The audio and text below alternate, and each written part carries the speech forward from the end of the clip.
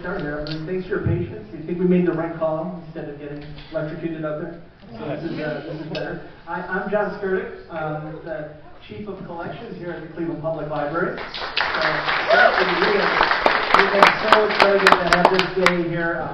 I've been telling people for years, oh, we're going to try to get Brian here. We're going to try. It just never has worked out. It took a huge Superman event across the city. So thank you to all the creators who came out today, and we're really excited. And we're just going to ask Brian some questions here, and at the end there'll be time for you to ask questions as well. And I hope you stick around. We have some of the artists signing some of their books, so we'll get started. All right. Thanks, and also, wow, thanks for coming out. It really means the world to me.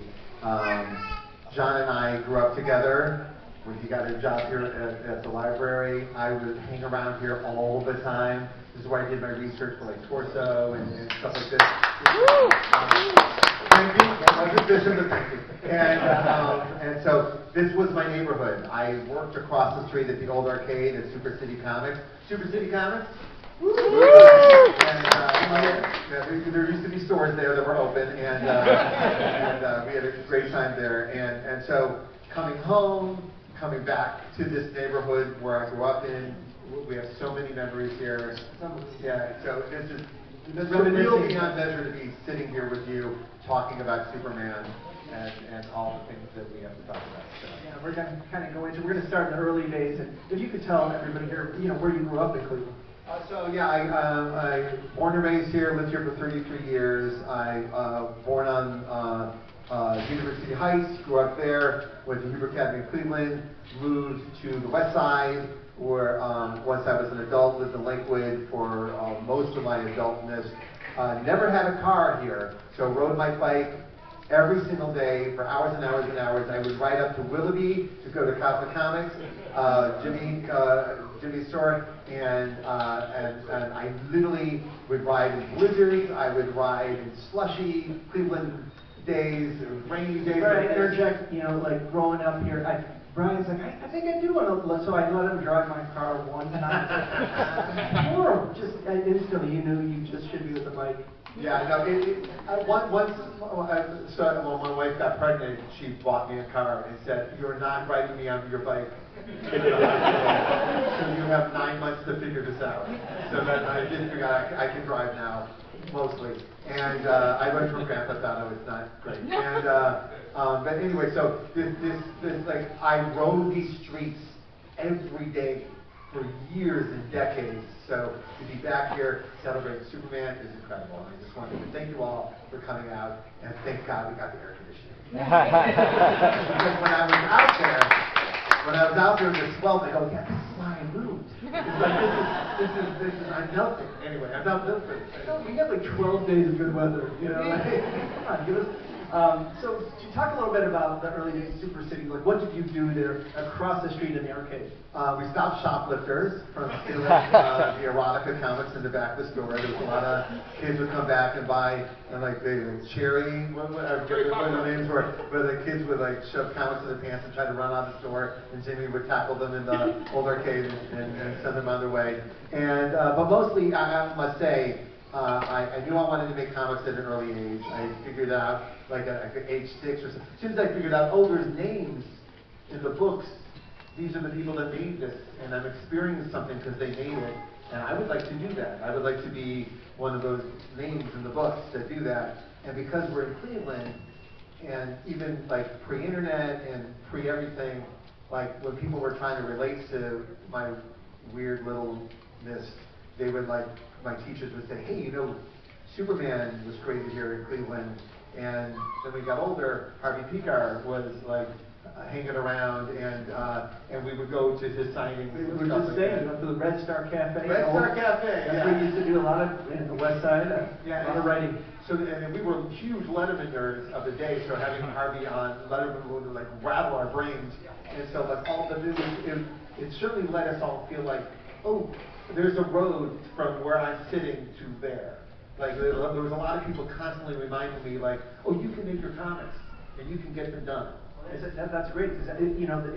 Cleveland has always been a comic town. It's very interesting. Just like Portland is now, you're surrounded by. But when you talked about that, like what was the first thing that said, okay, I'm going to go out and try this, I'm going to try my own book? Well, I had decided early on, even before I really understood anything about the business of the art form, I was just like, I'm going to make comics. So I just spent every day, all day, like I spent like a year and a half adapting an Avengers prose novel. They had an Ultron prose novel from Pocket Books, and I said, oh, I couldn't get my hands on a script, so I'll adapt this book into script form. I did it over and over and over again, just learning how to do it, making mistakes, every mistake you can make, just getting my 10,000 hours of bad pages out of me.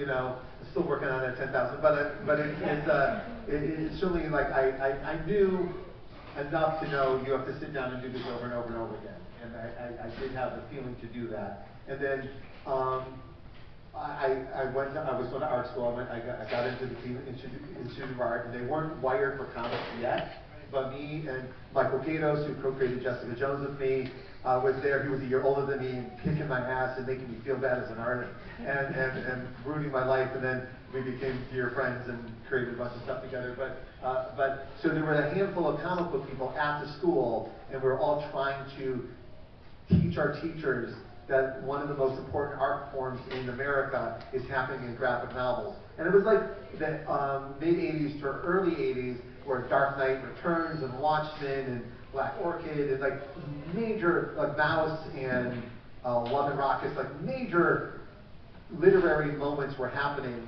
over and over and over again throughout comics as the direct market was building. And we were running into our art school going, oh my God! And our teacher was like, yeah, I don't get it. And we're like, oh, and so finally they let me have independent study, which translated into go sit in the corner and make your comics.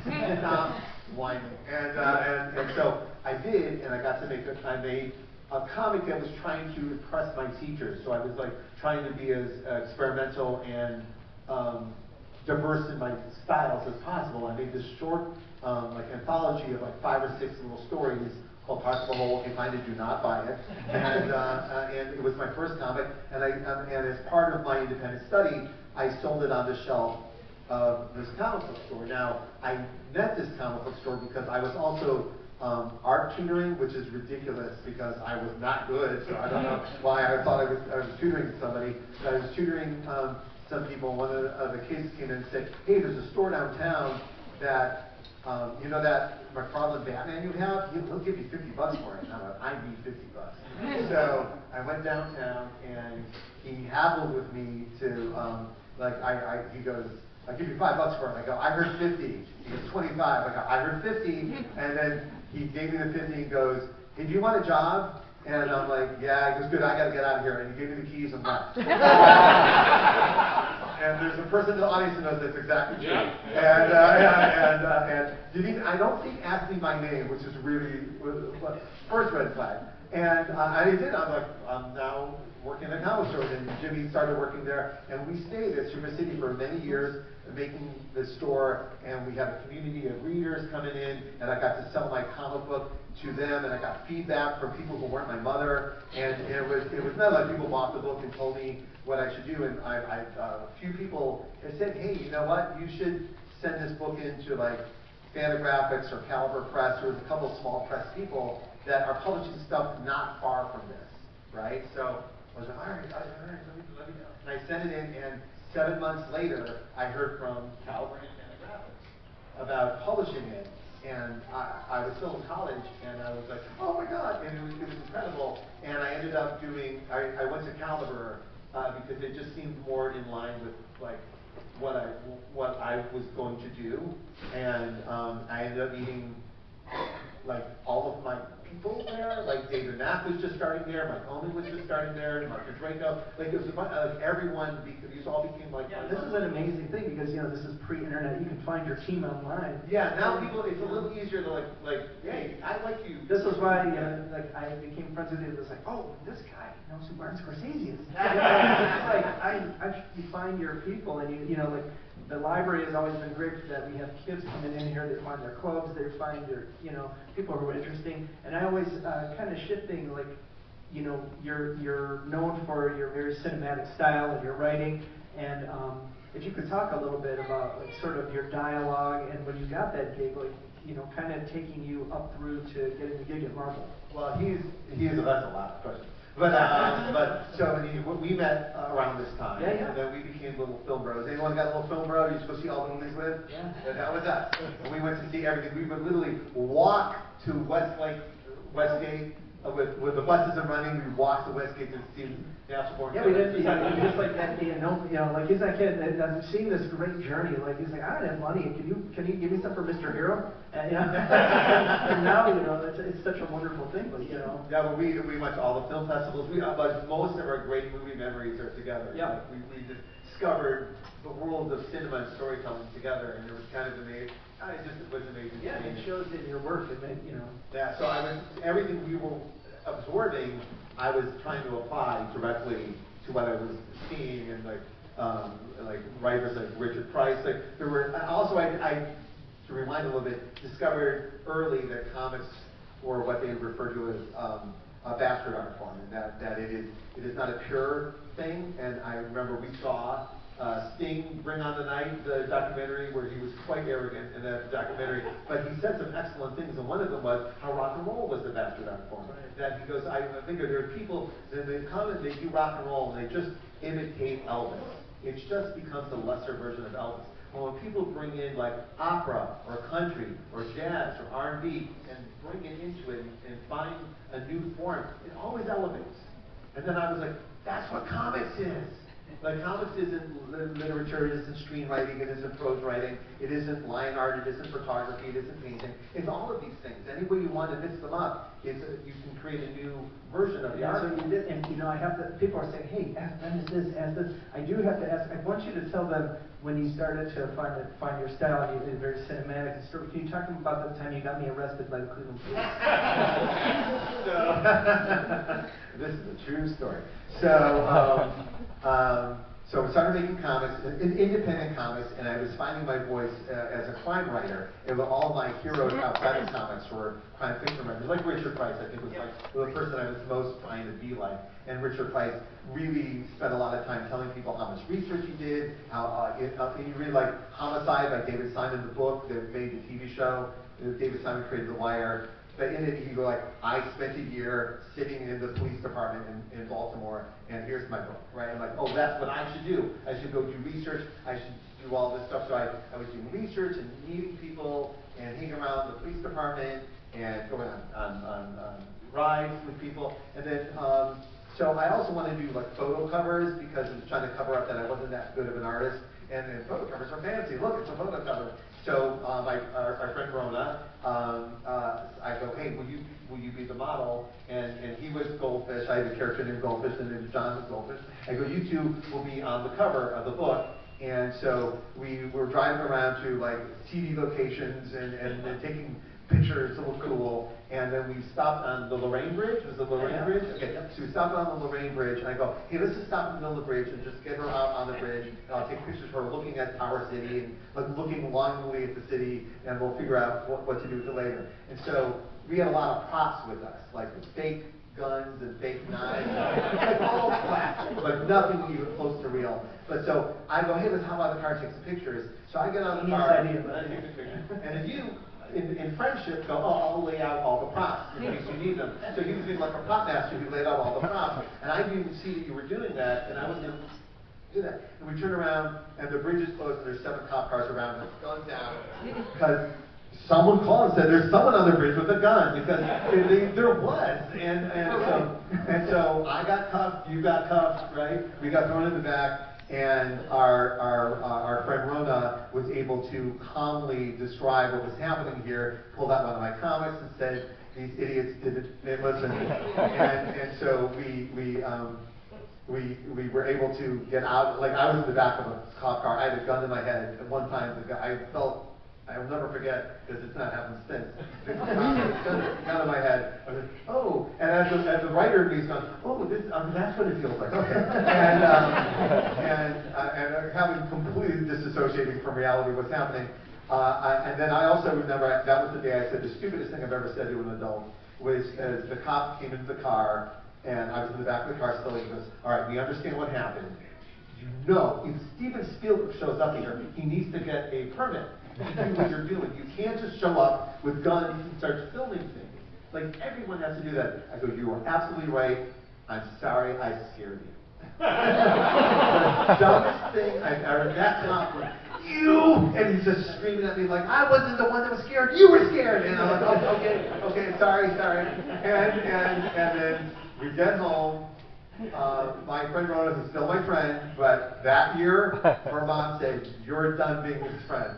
Because I called our friend Mike Giacomo, who was who was a great reporter for the Cleveland Plain Dealer and a big part of the Siegel and Schuster Foundation, which is why we're here. And he was also a member of the Super City Comics hangout people, and I went, oh my God, you won't believe what just happened to me. We just got pulled over by the cops and gun to my head, and the public guy goes, well, I'm going to have to write about that. And I go, why? Nothing happened. He goes, it's a story, and I'm going to have to write about it. And he goes, they should not have done that. There's things cops are supposed to do. They didn't do it right. I'm going to have to write about it. I'm like, okay. And I'd never been in the newspaper. I'd never had an article written about me or anything. And then the next day I'm on the front page of the Plain Dealer. It was like some salacious headline, right? Like comic terror. And I was like, oh man. And then I'm like, is this news? And then all of a sudden I remember I'm going to say some names that. The older Lanigan called me. I was getting a call from the nightly news call, and I was like, is this how you sell books? And it didn't sell any books at all. But it honestly did prepare me for media stuff that would happen to me later in life. I was like, oh, well, good, I'm glad I had that experience, because I didn't know what media would be in my life, right?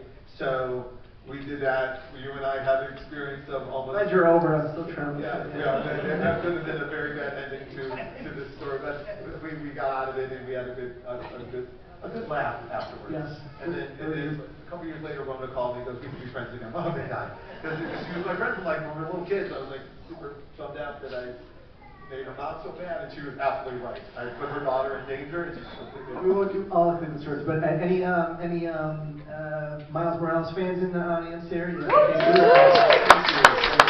have to talk.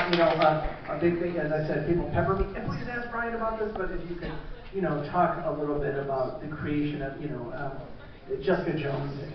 Jessica Jones was created here. I wanted to start there. I had broken in at Marvel. I was still living here in Cleveland. I spent all of the 90s making crime comics, and including a book called Torso, about the Torso Killer and Elliot Ness, a very Cleveland book. And I did all this research, and I was working at the Plain Dealer for a couple of years, doing their Sunday strip in the Sunday magazine. So I had all this access to media and stuff and research. And I stopped trying to audition at Marvel, because I got to a place where I was looking at myself going, Marvel doesn't do anything like this. Why am I bothering them? I was submitting everything I did to them, and they're like, nothing. Because and then I stopped, and I just this is the path I'm on as creator. Just follow that path. And then just so happens that things were going well with that book, and one of my besties, David Mack, got the gig writing Daredevil, and someone I had been on the road, we became very close friends, and of course I was like, hey, show me my stuff. And one day I got a call from Joe Posada, who had read my work and invited me to come in. And one of the first things they offered me to do was to create a crime comic in the Marvel Universe.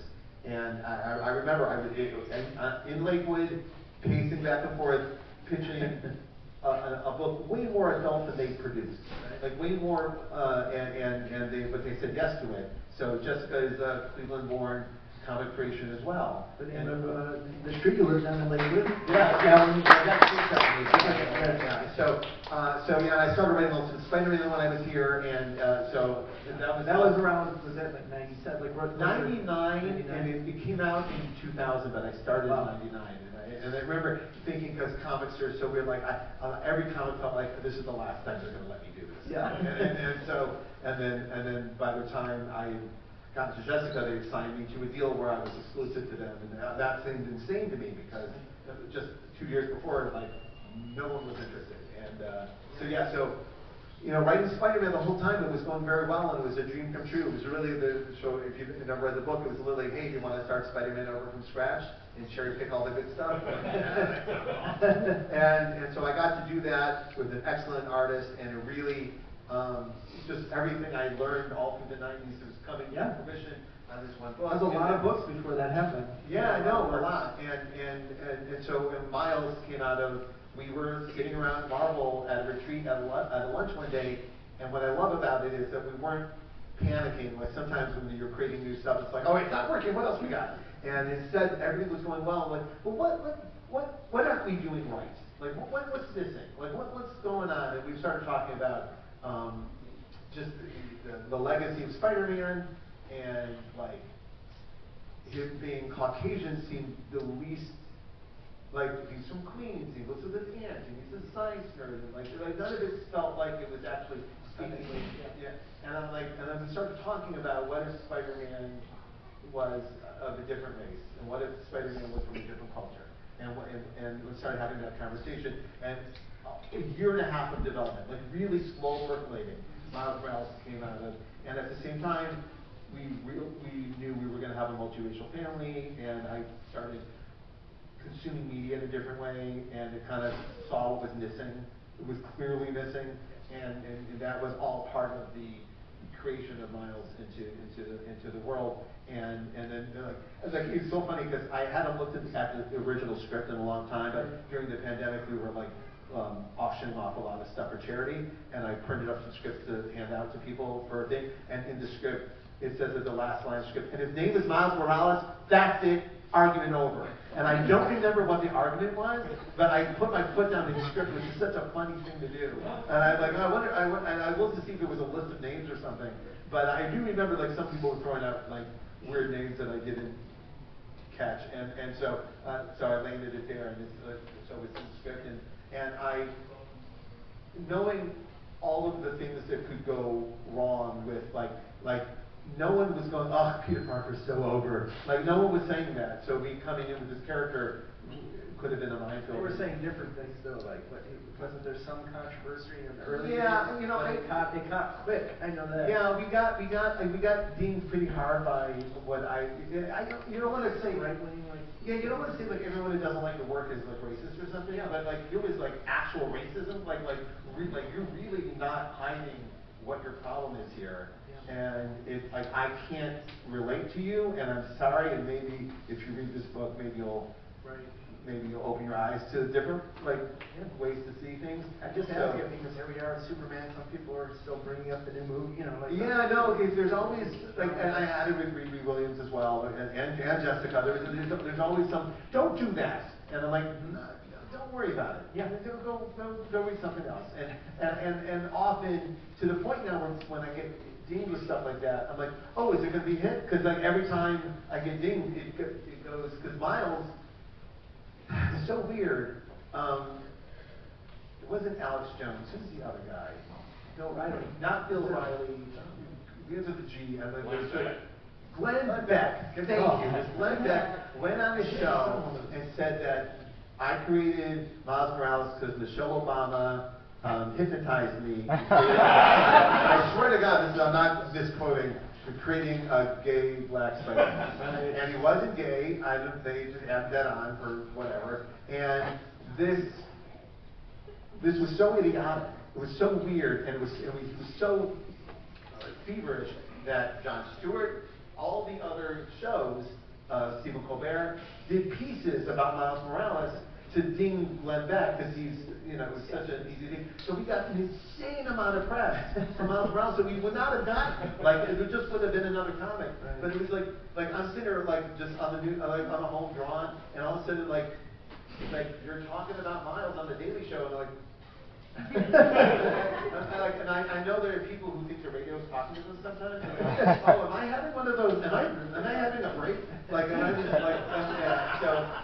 So you're saying Glenn Beck kind of helped out? No, I said it best publicly. Glenn Beck is the reason Miles Morales became a movie. Yeah, 100%. And what was good is that that kind of controversy in press can get people's eyes on it, but the story has to mean something, or it won't land. It won't matter to anybody. So I was grateful that we had done so much time and research in care and love into Miles and his family and what his point of view of the Marvel Universe was. And that was a big thing, is that he has a different point of view than Peter Parker. He had, and it's even like I discovered working at Marvel all these years that, and I remember early on, my editor said, "Hey, what's your relationship with your father?" I go, "Oh, I have no relationship with my father." "Oh, you're going to do great." I go, "Oh, why?" He goes, "Well, Stan has father issues." And I go, "Oh, you're right. Every father in the Marvel Universe is either a villain, was killed by the villain, or killed because the hero didn't do what he was supposed to do. The father's always gone, right?" And then years later, I even discovered, if you read Danny Fingeral's book on Stan Lee, that Stan Lee was forced to go into the city of New York and work for his uncle, the publisher, at 16 years old. And his uncle was mean to him. J. Jonah Jameson, anybody? So Peter Parker was Stan. Like, it was as close to him as any of the other characters, but he never said it out loud.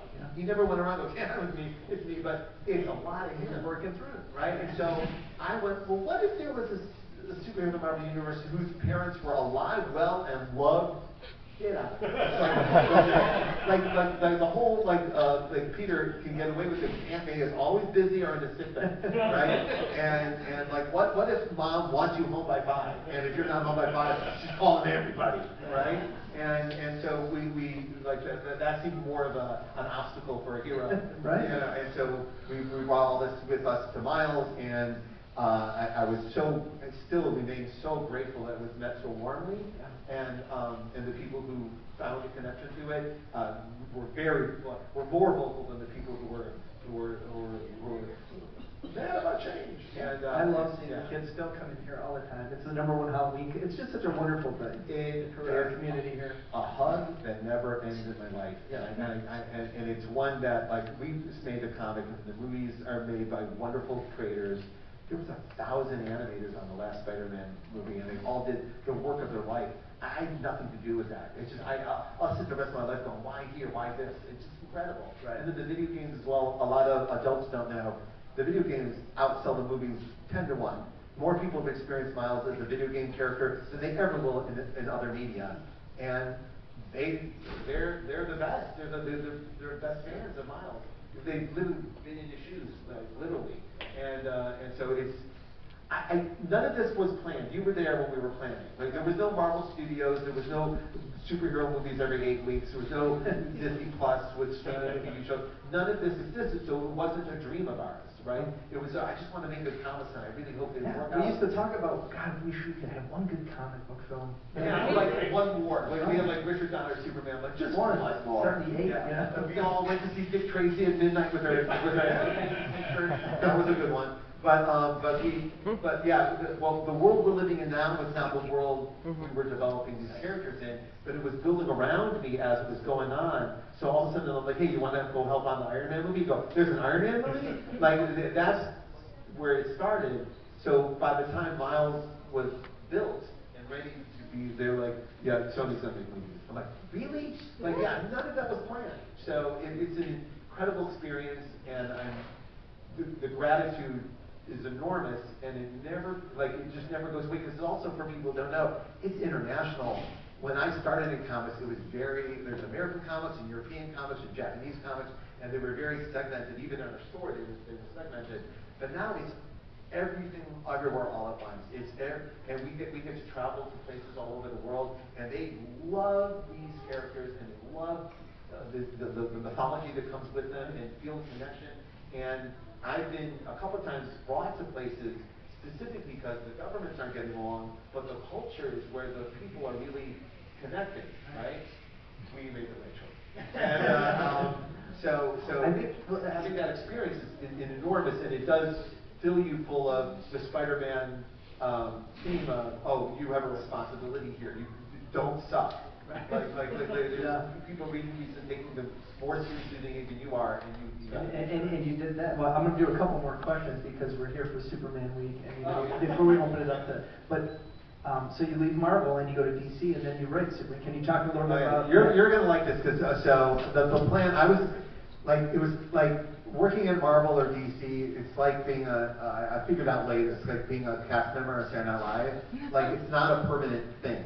It's something you can spend your whole life building towards, oh man, I hope I get to be on Saturday Night Live, right? Knowing that, oh, and I hope I get to stay more than a year. And oh, I hope I get to make a living and to the point where then I can do something and then use that to like build on to whatever the next thing is. Like, you know, like, oh, I want to be a TV star, I want to be a movie star, like you see like so many people. Like, it's the only other job I can think of that's like our job. Right. So I stayed a long time. I got a Kenan Thompson 20 years ago. But I knew, like, even like every couple of years, I'm like, should I leave?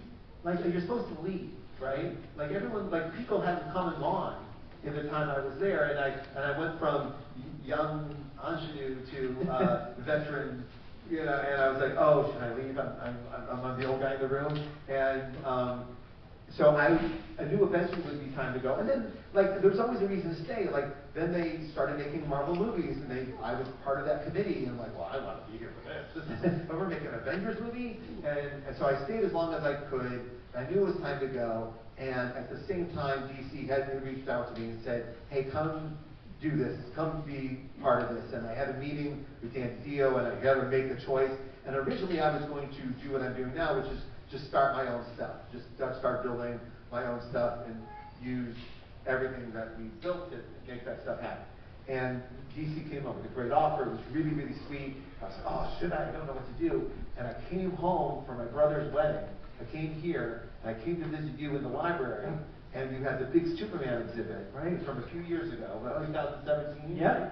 So the big Superman exhibit. I came to visit you. I didn't know about the Superman exhibit. Walked into the library, which it was like a home for me, and it was just Superman everywhere. And I went, okay, I'll do it. I just like you feel the hand telling you don't be scared of it, do it. And I literally in the library called and said, all right. I know, thank you, and that was good for press for us when you said that story. And more people came, so. But you do like as Clevelander, as a little Jewish boy, and again those people telling me, you know, Superman was created by little Jewish boys in Cleveland, and then like you felt the legacy being offered to you, and you have to take it. You know, and I'm thrilled I got to it. And also, just writing Superman is a great experience. There are certain characters that take you like emotionally into a dark place, you know, and there's other characters that take you into a hopeful place. And Superman is literally the best guy, thinking the best thoughts, doing the best thing. And if it's not the best thing and the best thought, it's not Superman. It just isn't, right? So you have to, as a writer, just get into that headspace of, well, what's the best thing a person would do here, right? And so you then, I've said this a couple times, like, you can't then go to the grocery store and argue with people. You can't think like Superman all day and then be crabby. You just have to at least attempt to live up to the legacy of this character that's being offered to you. Like, be your best self. So it emotionally becomes a very good job because you're like, what's the best emotions I can have? Be the person crypto wants you to be. Exactly. And then the pandemic happened, and I was like, and DC kept the lights on. Well, some companies did not, but DC let us keep making our books, even though there was nowhere to sell them. But I was like, for every day in the darkest days of the pandemic, I got to like, I had to think what was the best person thing. So I was like, well, I don't know how this is going for everybody else, but this is like psychologically very good. That I just spend hours a day not wallowing in where we are and just think aspirationally. Most people just drink whiskey. I know. I was like, I could feel how grateful I was for, I have the right job. I was writing literally Superman and Legion of Superheroes, and both those are aspirational books. That's all they are, is to be aspirational. And I was deeply grateful to comics for allowing it. Like, yeah, and I got a check at the end of it too. That's kind of good. But like your job making you feel good is a very special thing. I know that a lot of people don't get to experience that. Well, I have one more for you before we open it up to questions. So you see, some people here who are younger, and there's young comic creators, and we've met so Sorry many. about my language, younger. I'm sorry. But if you could, you were a Cleveland kid and you did this, what advice would you give, Cleveland kids today? If they want to follow in your footsteps, what advice do you give? If you want to make comics, if you want to make a film, you want to make digital content, songs, you want to be a musician, whatever it is that you want to do, there is something that some people either consciously or subconsciously, are waiting for someone to give them permission to do it, you don't need permission. You do not. Just whatever it is that makes you happy, that sparks joy in you, as long as it doesn't hurt someone else, go do it. Go do it. Even if like, I don't think I know how to do this. Don't worry about it. No one's paying attention to what you're doing. You could sit in your room all day and play on your guitar or draw a Spider-Man over and over and over again until you get it right, and you're doing the right thing. It feels good when it works out. It's frustrating when it doesn't, but whatever it is that you like, you have a hero who does it, and they did this. They sat in their room, and they practiced, and they practiced, and they practiced, until they figured out who they were, or had felt good enough to go, what do you think, to somebody else. So I was lucky that a couple people in my life pulled me aside and said, don't wait for permission, go do it, or I was wired not to be fearful of it. So I just wanted to, I tell everybody, I tell my students that you don't have to wait until you're not sucking anymore. You can just, it's okay to be bad. It's okay to not have it figured out. It's okay. Like some people bought books of mine that all I see is the mistakes, and no one ever brings them up to me. And I'm like, and it's I don't know, it's kind of a beautiful thing to do it. And I know that our culture, there's something weird in our culture, and I blame a lot of reality TV, particularly the baking contests and American Idol. It's been 2 decades now of either you're the best singer in the room or go home, you suck. And that is not what the world is like. That is not what creativity is like. That is not what the journey is. You are on a journey, and whatever special sauce you're bringing to it, that's who you are, and no one should tell you differently. So it's okay to suck. It's okay not to know what you're doing. But do the research, practice, and figure it out. And I will tell you that I have so many friends from so many different walks of life that this world has brought to me. And that's the connecting tissue, is that we all sat in our rooms and tried to figure it out until we got better. And we're all wired not to be afraid of being bad in public.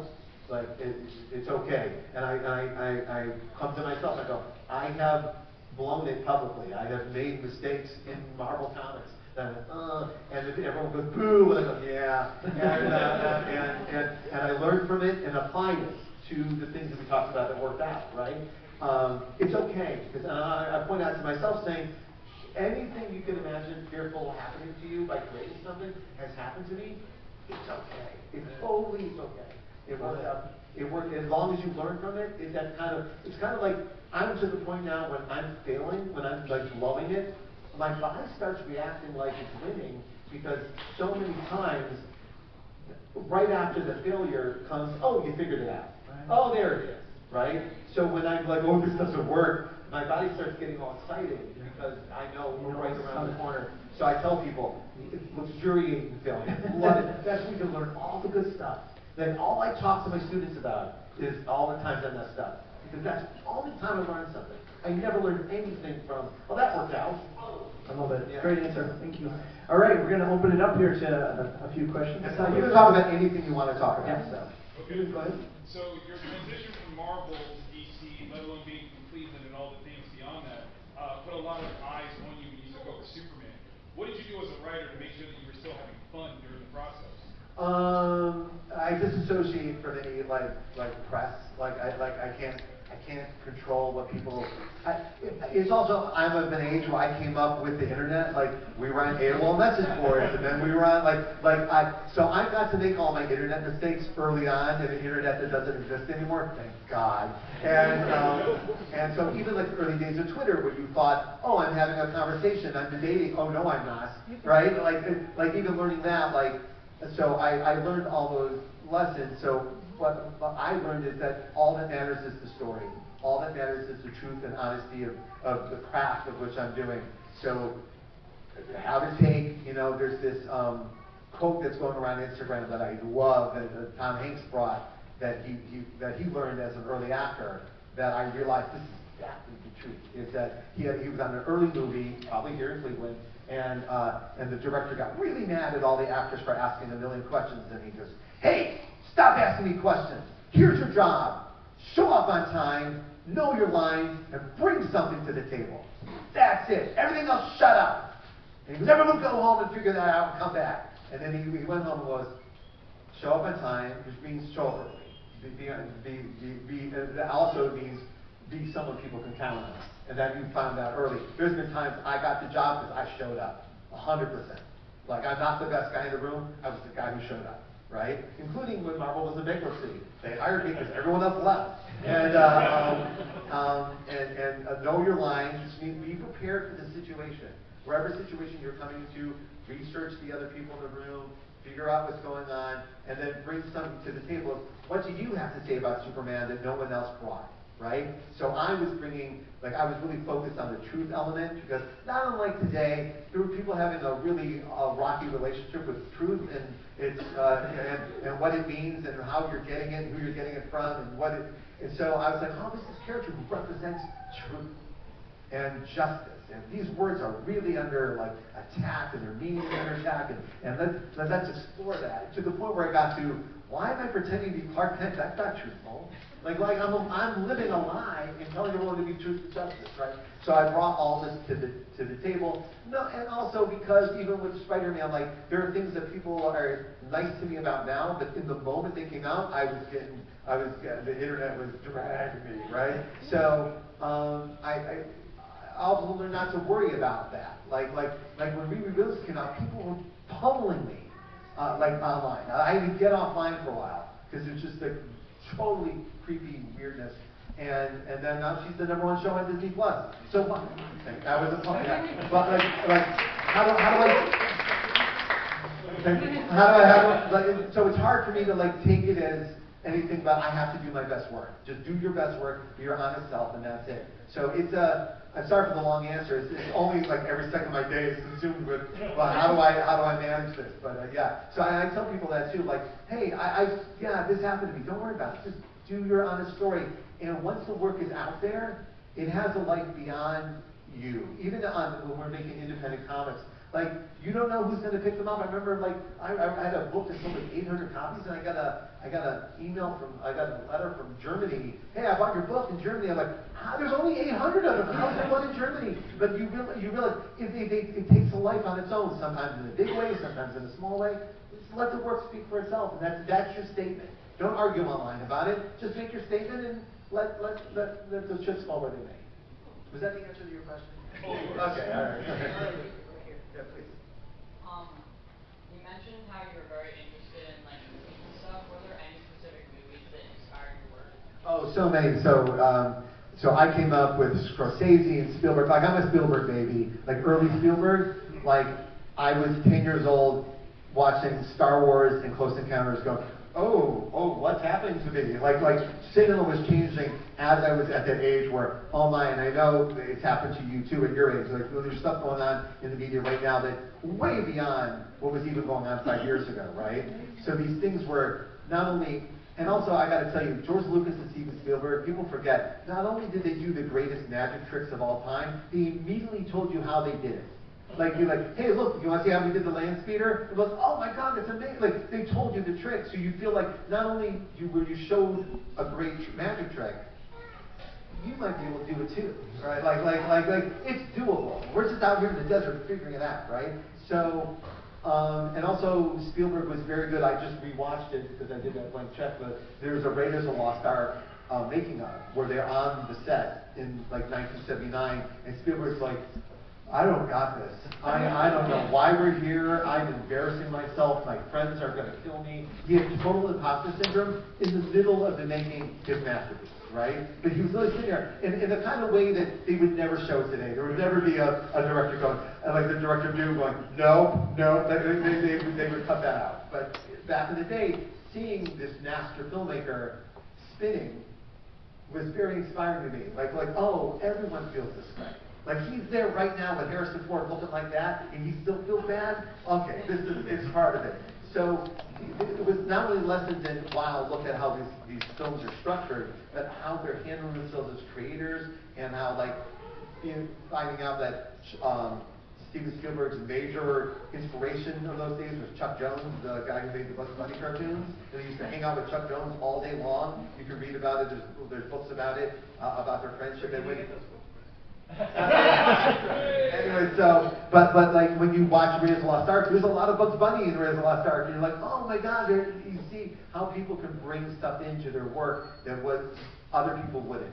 So that's what inspired me. When we started going on a tear, Soderbergh was a big one for us. There's a movie called The Lining, which you haven't seen yet. When you're older, you'll see it. It was a movie that broke the structure of time and space. It was told out of order, and I was like, "Ooh, could you do that in comics? Can you tell a story out of order and not lose people's attention?" And my Daredevil run is completely inspired by the Lining, like to the point where I'm a little embarrassed about it now. But you can't help but be consumed by, can I do that too? So the little things, big things, all the things, yeah. But then I found out that I was also responding not to just movies, but actually art of cinematography. Like this was the images on the screen and how they're lit and how the lighting and the color theory, it was very similar to what comics means. And a lot of my favorite comic book artists were also inspired by these people. Like Steranko was very inspired by Orson Welles. So you go, and I have to go study Orson Welles. And then also a lot of my heroes would then tell you what their heroes were. So Frank Miller, I was upset, like Frank Miller's Daredevil was coming out while I was in high school, and then he would go, Will Eisner, I would go, oh, who's Will Eisner? And then I would go, then they would take me there. So often, almost to an annoying degree, when people ask me questions, I go, Bill Sienkiewicz, from all time to like I start saying names, I would love for you to discover that. Yeah, so that's the shortest answer I could possibly give to that question. So, how do you take a character like Superman or Spider-Man and keep their core ideologies while still making like Miles Morales, right? Someone who speaks to so many different cultures and so many different things. I'll tell you, because I have a lot of stuff that's creator owned as well, which is stuff you like build from scratch, like stuff that like me and my friends have built whole universes from scratch. And sometimes writing Superman or Spider-Man feels a little bit like cheating, because here's Spider-Man. The theme is, with great power comes great responsibility.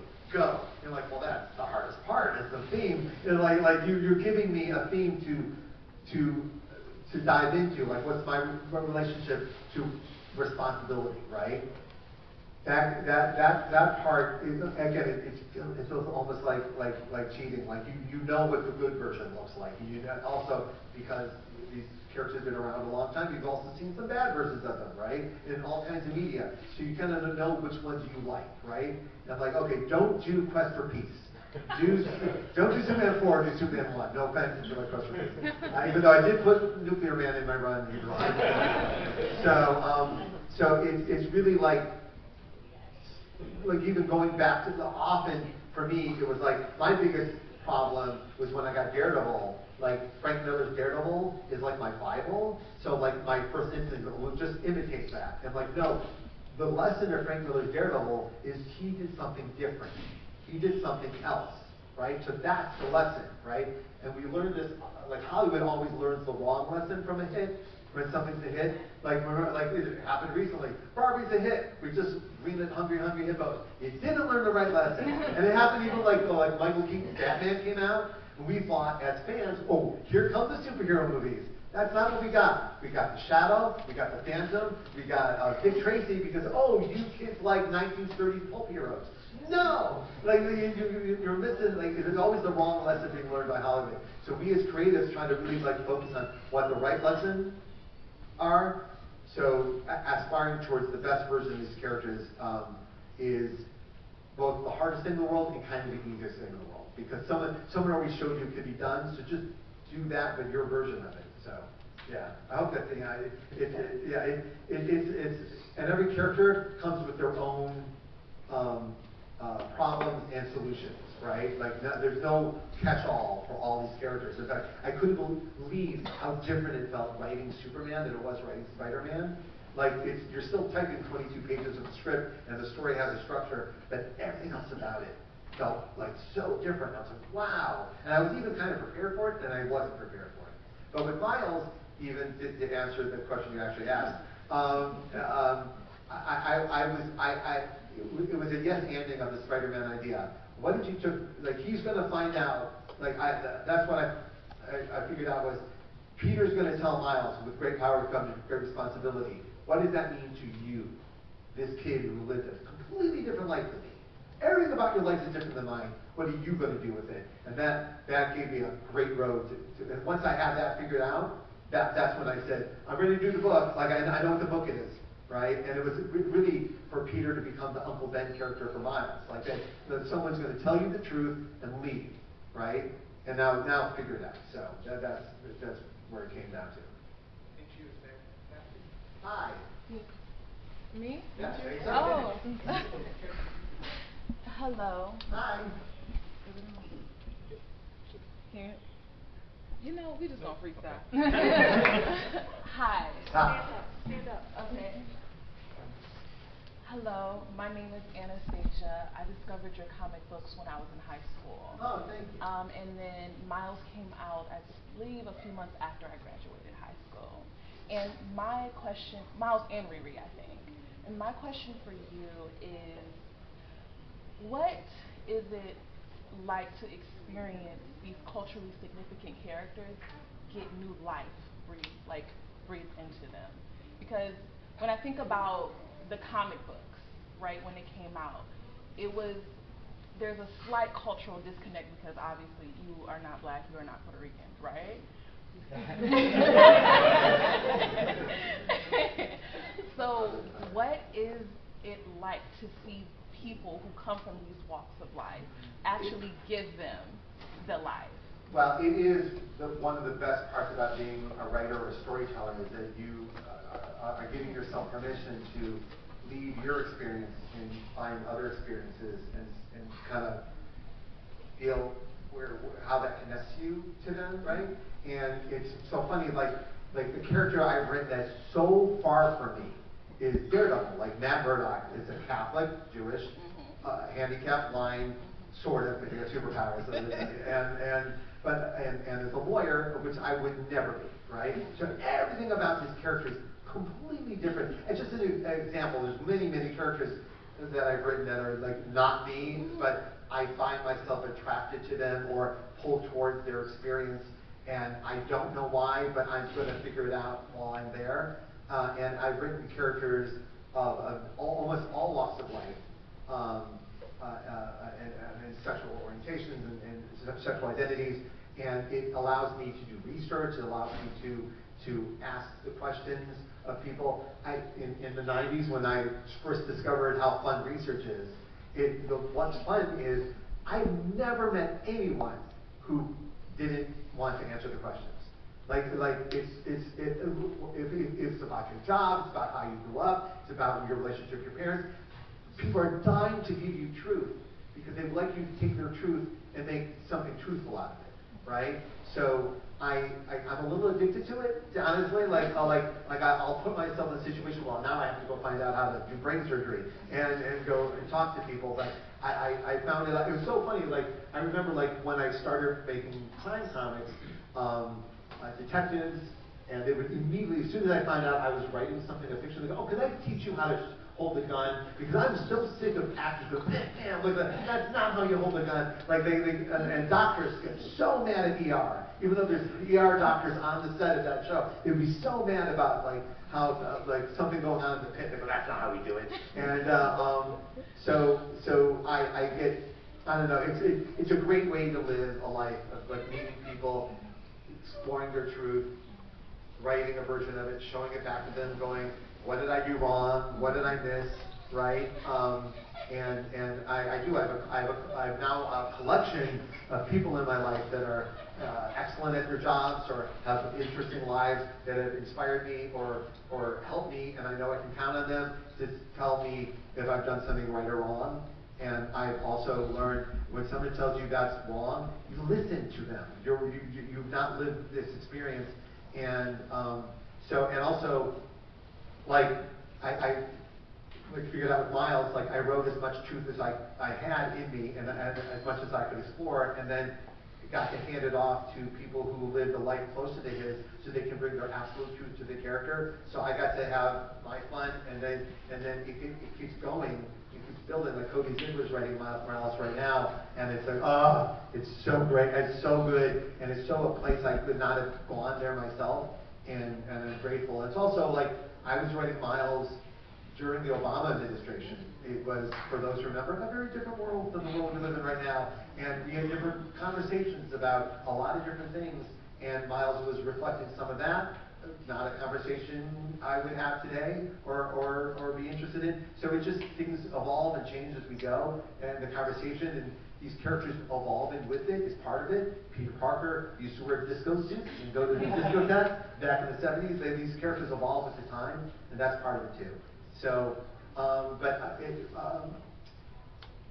you know, a lot of people say, write what you know. And I'm like, yeah, I've learned through years that there's a truth to that. There's also, you don't know what you know. You don't know what you don't know. And sometimes, like for a creative journey is, you're going exploring into humanity and trying to figure out some of that magic about other things. And then the best part is you get to figure out, like you meet, like I was raised Jewish, right? And then I meet a family from Ethiopia who is living a very similar life and energy to our life. If you would not have imagined that their relationships are so similar, and they absolutely, you get to find what's not what's different, but what's similar in these situations, and that's where that's why I find the magic parts for me. I just wrote a book with Michael Gatiss called Pearl about a Japanese tattoo artist who's like originally I was just going to write about being a tattoo artist because that was a art form I didn't understand, but I live in Portland where all my friends are head to toe tattoos, right? But I grew up Jewish where they don't get tattoos, we don't get tattoos because you're Jewish. So it was always like a verboten thing for me, yet now it's a way of expression, and then cultures all over the world, it's a major part of expression. So I wanted to explore art forms that I didn't understand personally, because I work in an art form that some people don't understand, right? And it's frustrating. So I find myself, and then I was doing the research, right? I was going to tattoo parlors all over the West Coast, and there was one in San Francisco, and I was in there.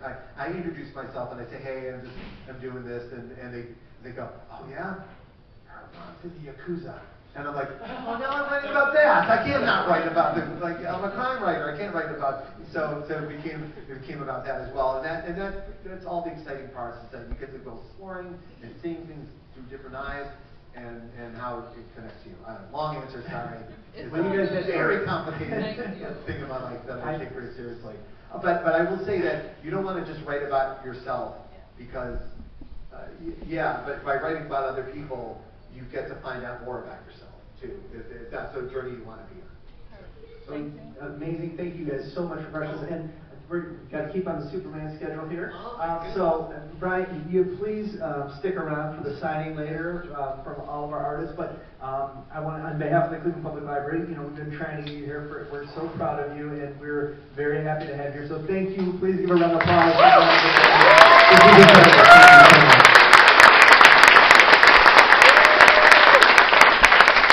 Thank you, everybody, for being here. Yeah, bring all you want, anything you want signed today. Marvel, DC, Crateron, whatever you got, no limit, no charge. Bring it, happy to do so. Funko Pops, we got you. Thank you.